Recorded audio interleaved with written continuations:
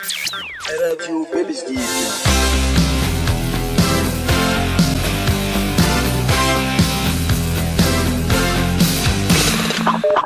سي سفيان، مرحبا بك على موجات راديو بالجديد. مرحبا بكم، عايشكم. تعليقك سي سفيان، يظهر لي قرار شفنا البارح صدر على لجنة تأديبية للجامعة كرة اليد بحق عبد الحق بن صالح. كيفاه شفتوه انتم كمسيرين في النادي الافريقي؟ انا واحد من الناس كنت متوقع شويه معناها اللي باش ياخذوا قرار معناها ظالم باش يمسحوا فيه معناها الفشل بتاعهم في ريو. مش ما نستغربش على خاطر نعرف زاد اللي جو دي بيان اغلبيه الاعضاء تاع المكتب الجامعي حبوا معناها كيفاش يقولوا معناها يحطوا ولا يجعلوا من عبد الحق بن صالح كبش فداء. احنا معناها نحترموا القرارات بتاع الجامعة والهياكل. سونيك بريمير انستانس معناها هذيا، احنا باش نقوموا بالطبيعة باش ندافعوا على حق جمعيتنا وعلى الملاعب بتاعنا، باش نعملوا ابيل وعندنا ثقة في العباد اللي يجلسوا في الابيل، وان شاء الله معناها ينصفونا ويعطيونا حقنا، على خاطر مش معقول باش ملاعبي نحطوا عليه هو كل شيء الورك فما ملاعبية اخرين عملوا كيفه وعملوا اكثر منه وما صار لهم شيء. وما عينيش باش نسمي اليوم، اما كان معناها من هوني القدام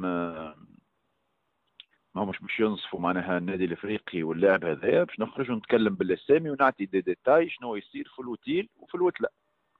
انا مانيش ملاعبي، ما ينجموش يعلقوني افي، اما نعرف الديتاي نتاع الديتاي شنو يصير في الوتيل، ولذا مستعد زاد باش نفضح. فوالا هذا هو رايي.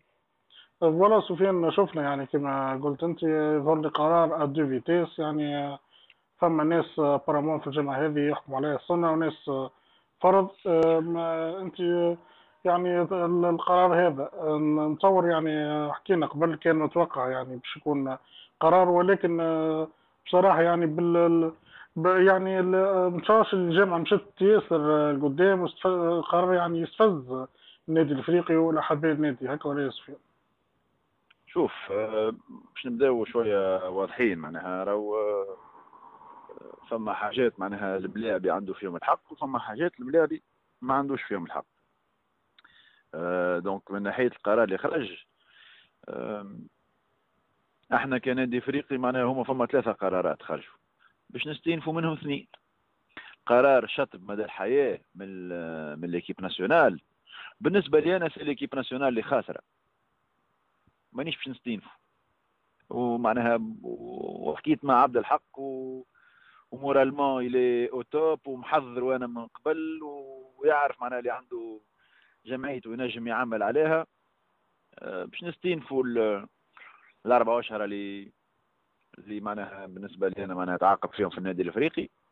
وحكايه ال 60 مليون اللي هي معناها بصراحه مضحكه، على خاطر ما فما حتى برام، ولا انا اقول اجتهاد شخصي ولا اجتهاد جماعي معناها حبوا 60 مليون.